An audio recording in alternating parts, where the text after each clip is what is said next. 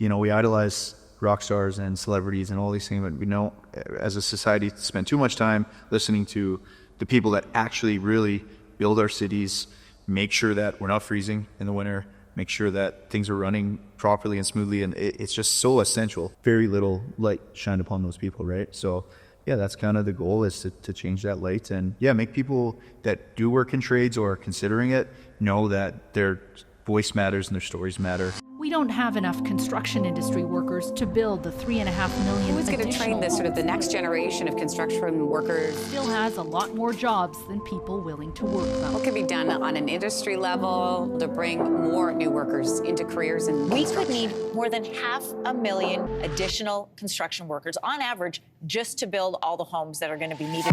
Introducing the PeopleBuilt Podcast with John Wheeler. Because the city we've built is nothing without the stories of the people who built it. Good morning and welcome to the PeopleBuilt Podcast. I'm joined today by Travis, who works with Pushysix, a social media company in Calgary, who recently partnered with the Calgary Construction Association and has a great deal of a focus on the construction industry in and around the Calgary and kind of southern Alberta and into the United States market. Yeah, So thanks for joining me, Travis. Thanks, Sean. Yeah, it's fun to be here. I'm here every day, but not in the hot seat per se. So yeah, it's interesting. Yeah, most of the time I get to see you're behind the camera, and today you are very much in front of the camera. Yeah, it feels good. Thanks for having me. Yeah. I'm excited. So getting right into it, kind of our goal for today is to talk about the PeopleBuilt podcast in general and kind of what we're hoping to achieve and where it started. Yeah. So Travis, you started at Pushysix about a year ago. Two and a half Two and a half years ago. This started about a year ago, though. Yeah. And tell me about that. Like, kind of what was the genesis like? So, like, what was your genesis like? How did you come to work at Pushysix? Sure. Yeah. So, a bit of a long story, but I've had a background in graphic design, so I went to Red Deer College for that. Always was interested in audio production, and I went to SAIT for that with my Red Deer College tax money. So, did my education, worked in those fields, whether part-time for my own company. And then I worked in signs for a while. So getting this sign made, for instance, was fun because it's right back to what I started doing. And that was when I was living back in Red Deer. When I moved to Calgary, I didn't really find work in that area, and I was just making good money at TELUS, part-time salesman type thing, because of commissions. So I still was doing graphics on the side, and eventually I decided, okay, time to go full steam. I'm going to leave TELUS and start my own company. Not really start it, but go full-time with it. So it was really 10 years in the making at that point. And I ran that for a few years myself, and then with just the cost of living increasing and everything, it was like, I need part-time work. So I'm glad I made that jump because it's kind of forced my hand into back in the industry, like visual graphics, video, stuff I was really interested in versus just working at sales job just because it was, easy money. So that's why I landed here. Started with Pushysix, like 2.5 years ago almost. And it's been a fun ride. It's really changed. My position here has changed a lot. Like they needed someone to help film somebody else, basically make TikTok, Instagram type content for one of our clients, primary role. And then it's kind of just grown ever since into my position today, which is creative director. I manage 3 of the guys here, basically oversee almost everything from a creative outlook and make sure clients, jobs are getting completed and everyone's working together well and doing a lot of the work myself. So that's my journey into Pushysix in a nutshell. And then with PeopleBuilt, it's a whole other conversation how that stemmed. With Pushysix, what's your client base like? Or what's the makeup of most of your clients? For sure, yeah. It's primarily construction-based clients. We're starting to expand into other industry as well, like with your company, for instance. But construction, that's what it's been from day one. That's kind of our niche market. A lot of our clients when I started were all over the world in a way, mostly in the States, really. But I got to go on quite a few trips even in that first year of work. So a lot of, big construction companies, smaller construction companies, local stuff. But in the last year, we really wanted to hone in on local companies. And because of that, I think we've been able to expand the industry a little bit and not just focus on one aspect of construction because there's so many different aspects, So Now, when you were growing up or going to school, like how familiar were you with like trades or construction or like the industry that you're now seeing on a daily basis? How familiar were you with it before you started at Pushysix? Yeah, not really familiar at all, other than from an outsider's perspective. Like my dad always kind of worked in and around oil field related jobs, and my grandfather was a builder. He kind of helped start Totem Building Supplies back in the day.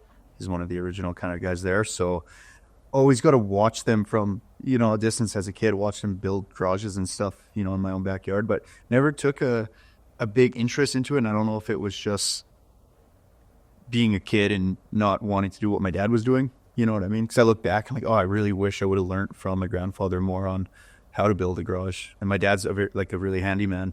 But I never picked up on it. And I think I just always veered into the creative side because I was always artistic and I wanted to design, and got my first computer and was like hooked on like Mac Draw, whatever the program was back in the day. And I was photoshopping dance tickets to get into the school dance for free for my sister. But that was her idea, not mine.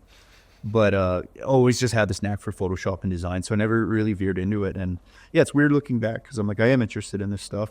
I'd go and film mechanic shops now. I'm like, I think I could do that. But I never dove into it when I had the chance. A lot of that is why PeopleBuilt's important. We'll dive into that. But like, why didn't I have that interest in high school? Because it was there. But I didn't see any of it at that point. Oh, interesting. Yeah.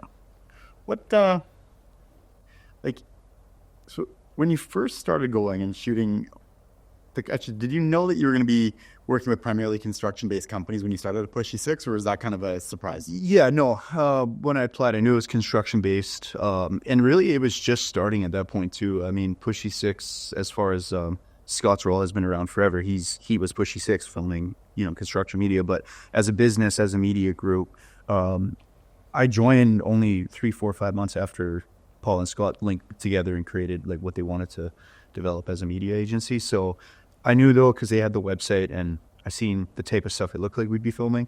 But it's different when you get onto a massive job site in downtown Vancouver and you're really down there in the trenches and seeing it in first person. That's been crazy. What's that been like? Because that's a very stark cry, right? From graphic design, right? To all of a sudden you're downtown Vancouver, right? I think you guys have been down Montana. Like, where are some of the places that you've been now? For sure. All around Vancouver was a recent trip, and not just Van City, but kind of the area, which was really interesting. So you travel, but when you're traveling for work, you see things in a whole different way, and you're going completely different areas than you would as a tourist. Montana was fun. I never went to Montana, actually. That was Paul and Scott recently. I'm thinking Minnesota. We landed in Minneapolis, but went to kind of rural Minnesota last winter. That was one of my favorite trips. What were you seeing there? Who were you? Well, we have a client called DW Companies. They have a construction company, but their wives, they're all ex-teachers, and they wanted to get together, like, how can we do construction better? A lot of the same ideas and principles as PeopleBuilt. So I learned a lot from the crew there, how they treat their employees, why developing their employees and giving them time off. And like, we went on just a fun field trip with the entire staff the one day. They do that all the time because they know that cost impacts their bottom dollar and productivity and everything in the end. So learned a lot there. Just had a great time. We went to Con Expo in Vegas. Of course, that was a blast. Hoping to go to Bauma in Germany this coming year. And and even just watching from afar some of the trips that Paul and Scott go on, like Florida, and just looking at the drone footage, end up in some pretty remarkable places filming. So, I think that's one of the neat things that I've heard, right? Is like when you get, they were looking at a drag line, right? Like, which I understand is like this just huge shovel, right? And being able to just see the machines and the people, right? Mm-hmm. Like actually working. And in a lot of areas where generally cameras aren't allowed, or you can't bring your, I can't take my cell phone and start snapping photos. It's going highly intentional filming. Yeah. And then so you get a chance to be exposed to a completely different, site than what like the average person can ever have access to, because these are generally highly restrictive areas. Like, people aren't going around filming stuff because they're active work sites. Yeah, it's intense. It's very fun to film.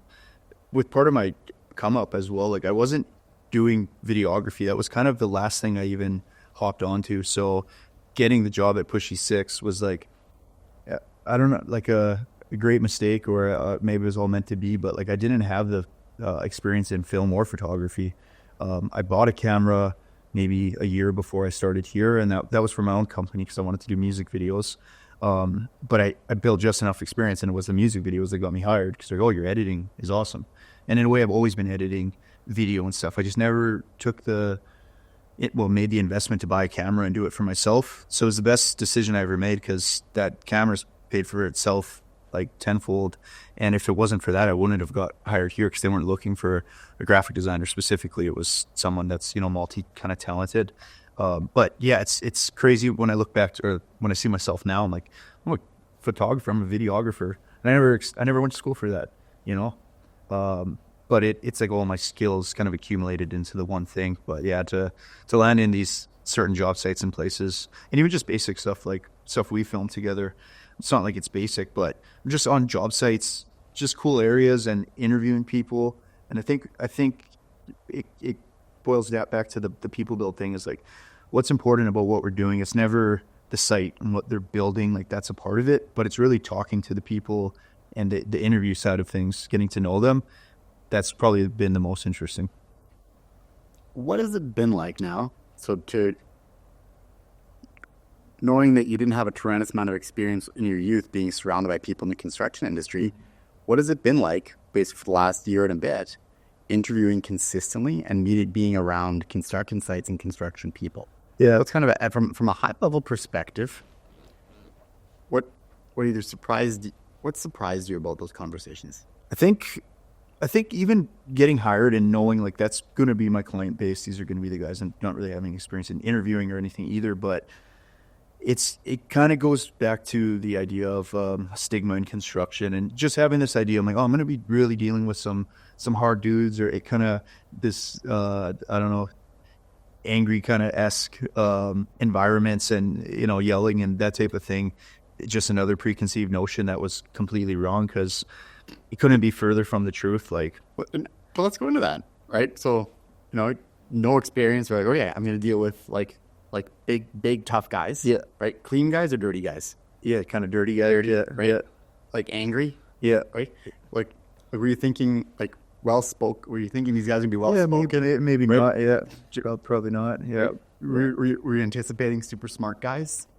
Yeah, probably not. And not to a full degree where I was thinking, well, everyone's going to be like that, but like somewhere in the middle of that. But like I said, it couldn't be further from the truth, because like all those words you just said were basically the opposite.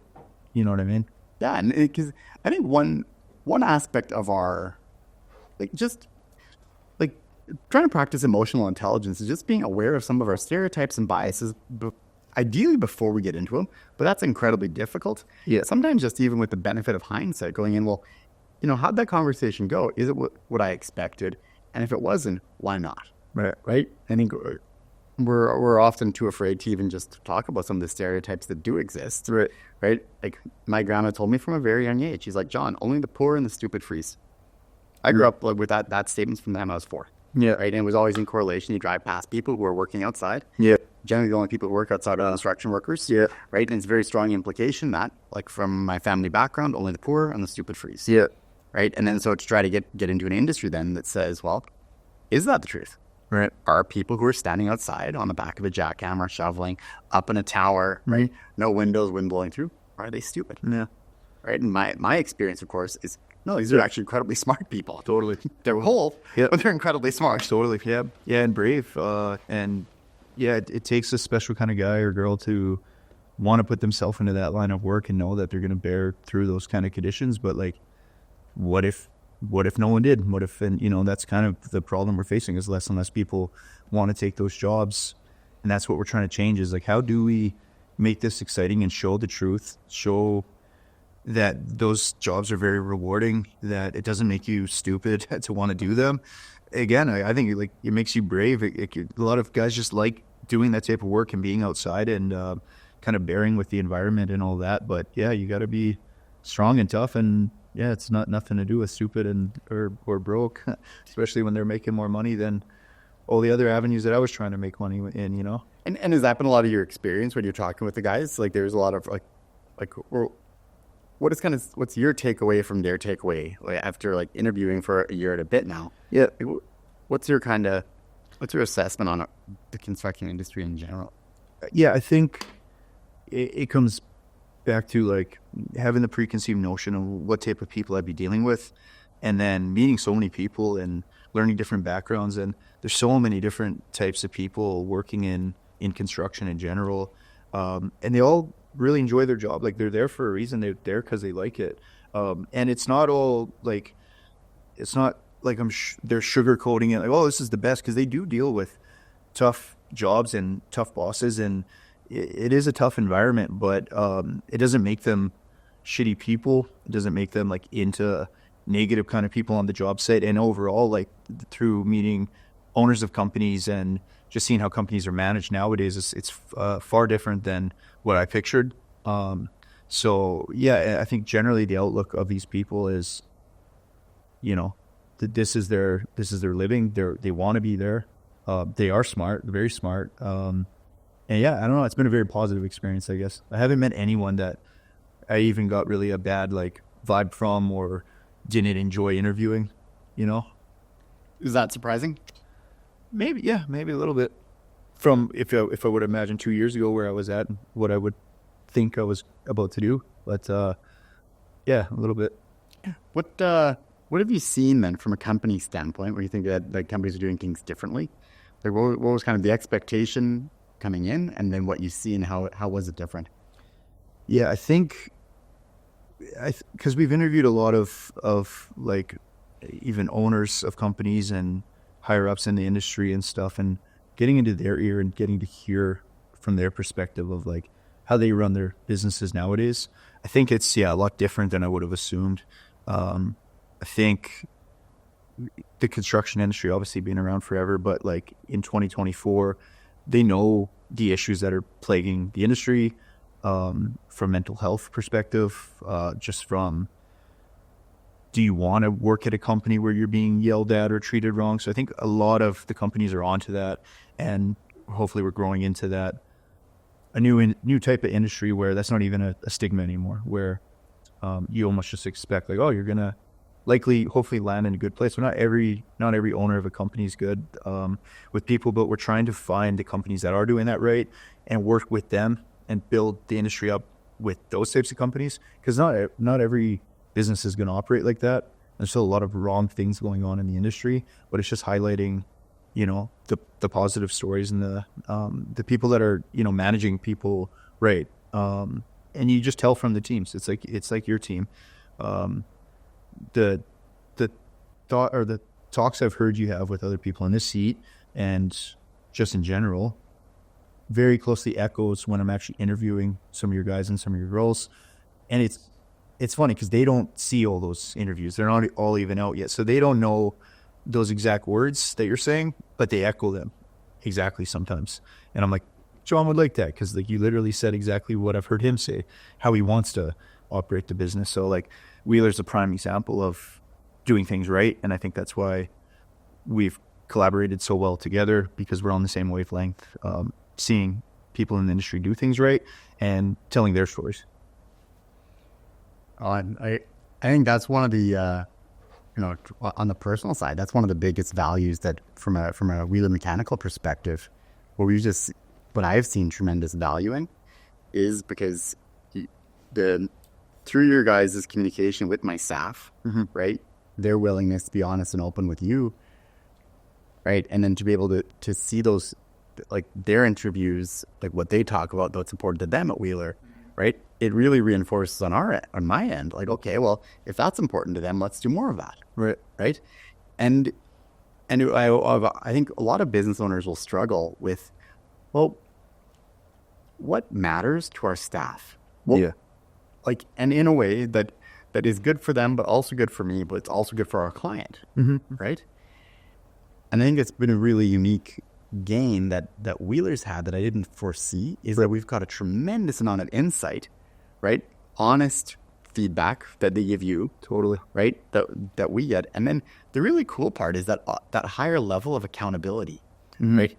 That if there has been things that have been out of line or inconsistent between what I want or what I think is happening, right?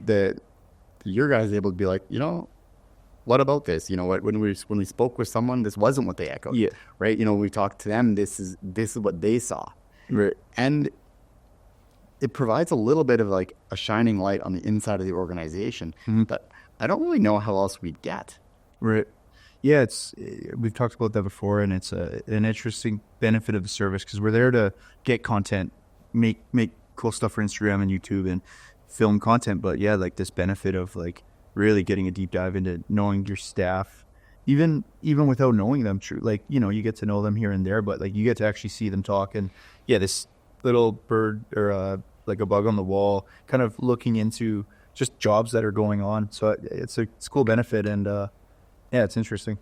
Well, and I think that gets into like where I think that alignment really comes from on PeopleBuilt, right? And being able to say, it's like, hey, there are companies who do it right. Where is a location that these people can find each other and work together and start to expand that, like what is working out so it touches more people in the field? Right.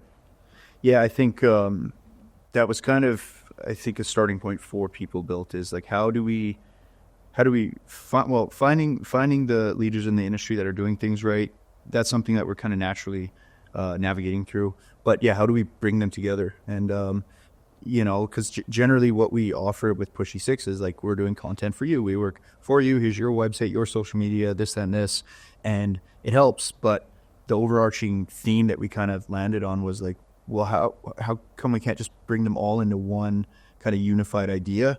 Because we think it's more powerful if people hear those types of stories that your staff is saying, and then they hear it again from another company that's doing it well in Calgary, and again, and we push that all into one system.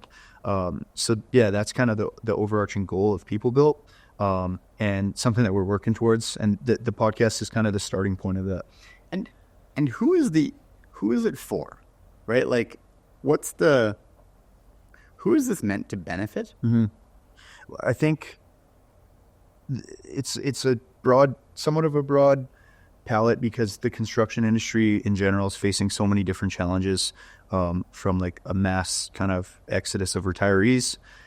So there's an older generation that is still able to work, still able to fill those roles. There's new Canadians that we want to get excited into working into these industries. And then there's the youth side and this entire generation of kids that we need to have interest into this industry or these industries.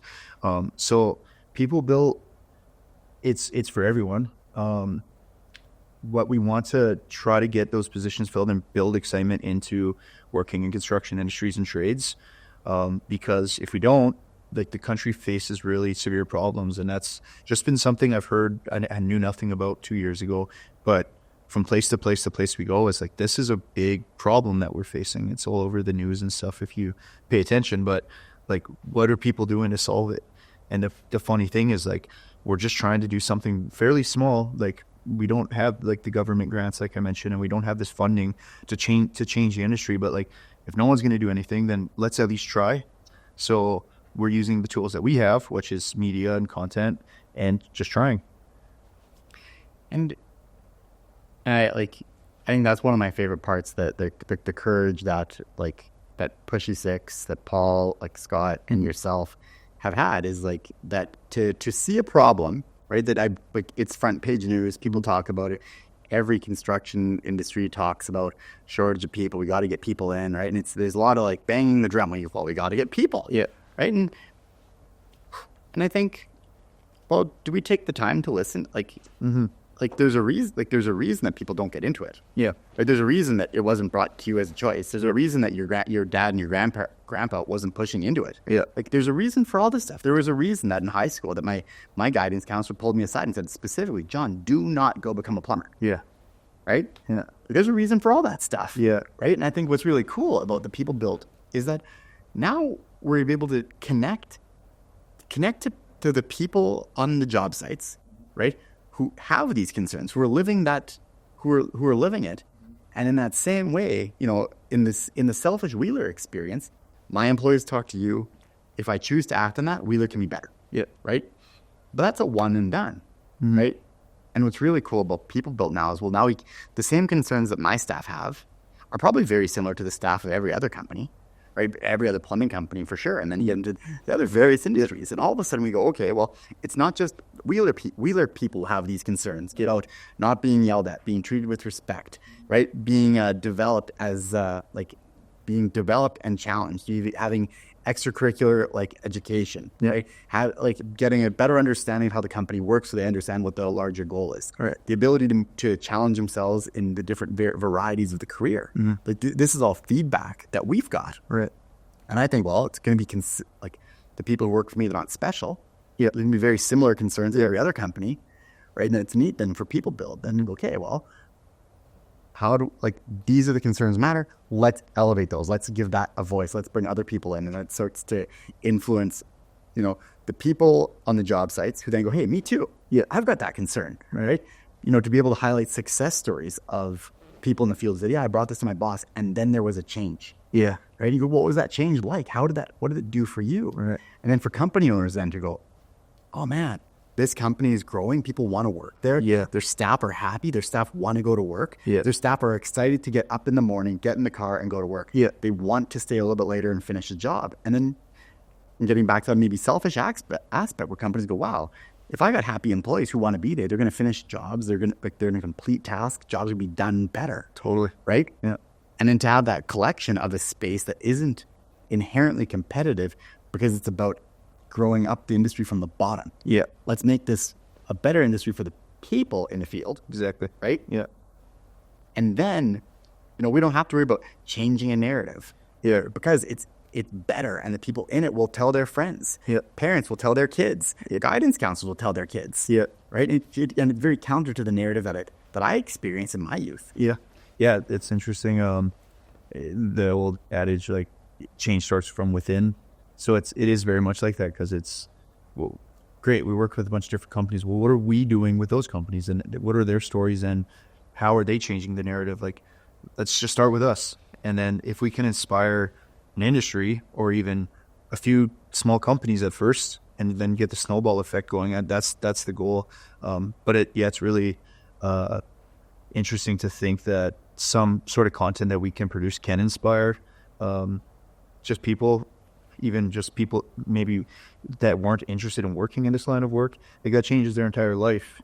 If some small piece of content is oh, that actually looks really cool, I kind of want to do that. That when I was in high school, we didn't have social media to that degree yet, where I would see things like that. Facebook just became a thing, right? So it's really cool to see that we can use our skills, our content, and social media in a way to inspire an entire generation, possibly. So we'll see. Yeah, we'll see how we do with that.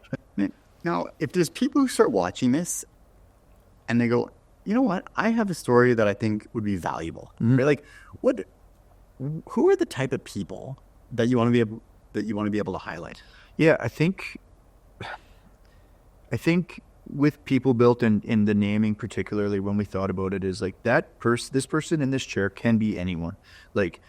From the top of a company to the bottom, how was your first week of work? I really don't think you have to fit a narrative or a certain, you have to have all this experience to have your story told, because there's so many interesting elements to that. And I think Bill Black mentioned the hospital project in Calgary, Cancer Research Center, I think, having people know this story of this amazing building that they're building, but not actually know the story of one person on that job site.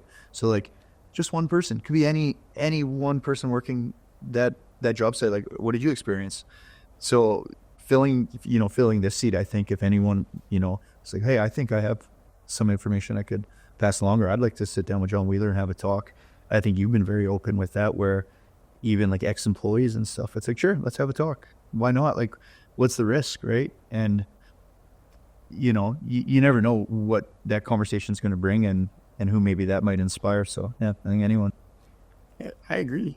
And especially my hope is for is for people to recognize that, like, they're important, and it's very easy in our industry to just lose sight of the fact that the people who individually show up at each job site, they matter. And their stories matter. Totally. They might not think it's a cool story, but it probably is.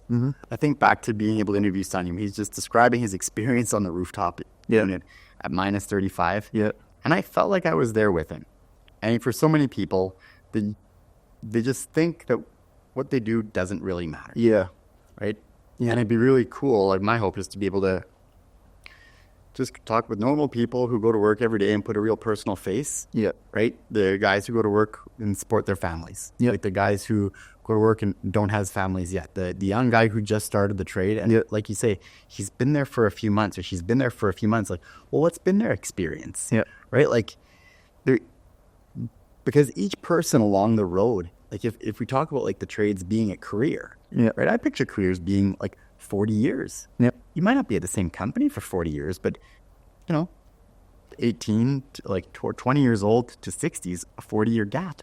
The needs, hopes, wants, concerns of those people in that window are going to be very different. And I think the really coolest part is if we're able to start hearing the stories and how what goes on for them matters to them personally. The impacts of the company decisions, how it matters to them personally. The impact of, like, when construction projects ramp all the way up and it's slamming busy, right? The impacts personally when everything slows down. Right? The impact of being in a layoff cycle. Right? The impact of being in a hiring cycle. The impact of getting promoted into a job that you're not ready for. Right? Being being passed over for a promotion that you think you've earned. You've been there for a long time. Right? There's so many there's so many common themes that take place in our industry, and I just think anybody who has any experience in that, it'd be fascinating to talk to, because we don't often get the opportunity to hear at the ground level. Like, what decisions do I make at my company, right? What decisions do anybody else make at their companies, and how does it feel for the guy in the field? Totally. Yeah, I agree. And I think just having those people in this position to tell their story hopefully will inspire everyone else that's just watching and like, I'm just a plumber. And it's like, well, that guy's story, like, that was impactful. That kind of meant something. Like, oh, maybe my career does mean something. And, like, they must know that, but being able to tell it, I think, is a different story. And just, being on those sites and seeing what different people are going through as far as their work and how hard people are working, it's so important. And, like, the field of work is so important that, we idolize rock stars and celebrities and all these things, but we know as a society spend too much time listening to the people that actually really build our cities, make sure that we're not freezing in the winter, make sure that things are running properly and smoothly, and it's just so essential. Very little light shined upon those people, right? So that's kind of the goal, is to change that light and make people that do work in trades or are considering it know that their voice matters and their stories matter, and that it's like there's so many benefits to the industry that I'm seeing. And even now, getting to be a part of it, feeling like I'm a part of that industry, even though I'm watching it through a lens in a lot of ways. It's interesting, and I think it's important, but also people should consider all the different opportunities in trades and construction, even if they're not the type that maybe are willing to want to operate a machine or be a mechanic or something like that. Well, then, like, there's still so many sectors that you can work in this industry and have a really amazing career. What's one of the stories that you thought, man, that is really cool? Like a personal connection with somebody that you've spoken with on site. And then the second one will be, what's something where you heard it and you're like, oh, that's sad. I'm thinking of one that was just kind of interesting because camera work, especially, who the company thinks, like, oh, this guy's going to be great on camera is not always who's actually great on camera. And they might overlook someone. I don't know if, necessarily why they would choose someone over somebody else, but we've been in that scenario where kind of the guy we're going to be filming for the day is just, as soon as the camera's on him, he freezes. He's barely getting through his rehearsed kind of lines and sentences. And meanwhile, I think his foreman is like, back up in a machine kind of thing. He's like, oh, I could do that. Like, this is my job to train people how to do this. So just his foreman basically stepping up. I'm like, hey, do you want me to see if I can do it? And it's just like a natural on camera. It was just interesting seeing that pivot of like a guy that you wouldn't expect to be like, oh, I could do it. And then the guy that was like meant to be the one speaking for the company. They kind of overlooked, I think, the guy that they might not think would be as camera ready. Yeah. Hearing his story, seeing, he was great on camera. He was able to present the information we needed, but getting to know him a little more personally. Like these people have families too. His daughter sick, and he has to leave the job, and seeing the elements of how a company's able to work around things like that. Like your company does that very well. First day of school, like you're making sure that guy knows he can take his daughter to school or something. But just seeing kind of that story from his perspective, because I think he said his daughter was sick at the time, and I got to leave at 4 because of this. I don't know. It's just cool to see a guy that you wouldn't expect to be great on camera really be able to convey the message right, and then like that this guy cares about anything, cares about his family more than anything, and that's why he's in that seat every day doing this hard job. It's like for her, so that's an interesting one. And then as far as the sad story goes, I might have to think on that one as well. It doesn't have to be. No, but I agree. Like that personal connection back to family, like I remember when I was young, my dad would show up to our like high school or like our school sports, right? So generally they'd start like 3:30 or 3:45, and my dad would generally do a pretty good job of being there, but he'd show up from work and then leave the game and go back to work. Yeah, generally. Yeah. And I remember getting into the industry and like working at going like, in order for me to make it halfway across the city and be somewhere by 3:30, I got to pack my tools at like 2. Yeah. Right. And like start driving around or 2:15, like depending where I'm at. Yeah. And I was like, wow, what a sacrifice that is to make. Yeah. Right. To try to be at your kid's game. Yeah. Right. And then to try to at the same time then accomplish your work. Yeah. Then go back. Yeah. Right. Yeah. And then that was my experience, like watching my dad in the trades. Totally. Was that family is important and work is important. Yeah. Right. And and that meant that he'd take almost a 3-hour break. Yeah. And then go back to work and finish off what he was doing. Yeah. And that's really cool.